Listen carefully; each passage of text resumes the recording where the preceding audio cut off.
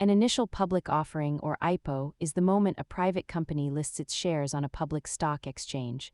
Here is how it works. An IPO is the process where a private company raises capital by selling shares to the general public for the first time. Billions of dollars are raised annually through this process, allowing companies to fund expansion, pay off debt, or develop new products.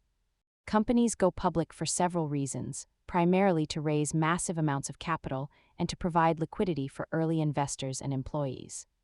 Unlike private companies, public firms face strict reporting requirements and constant scrutiny from the Securities and Exchange Commission. The path to an IPO is long, often taking years of financial audits and regulatory preparation before the company actually rings the opening bell. Remember that for a company, an IPO is not the destination, but merely the start of a new chapter under public oversight. If you found this breakdown helpful, make sure to follow for more money basics. Thanks for watching.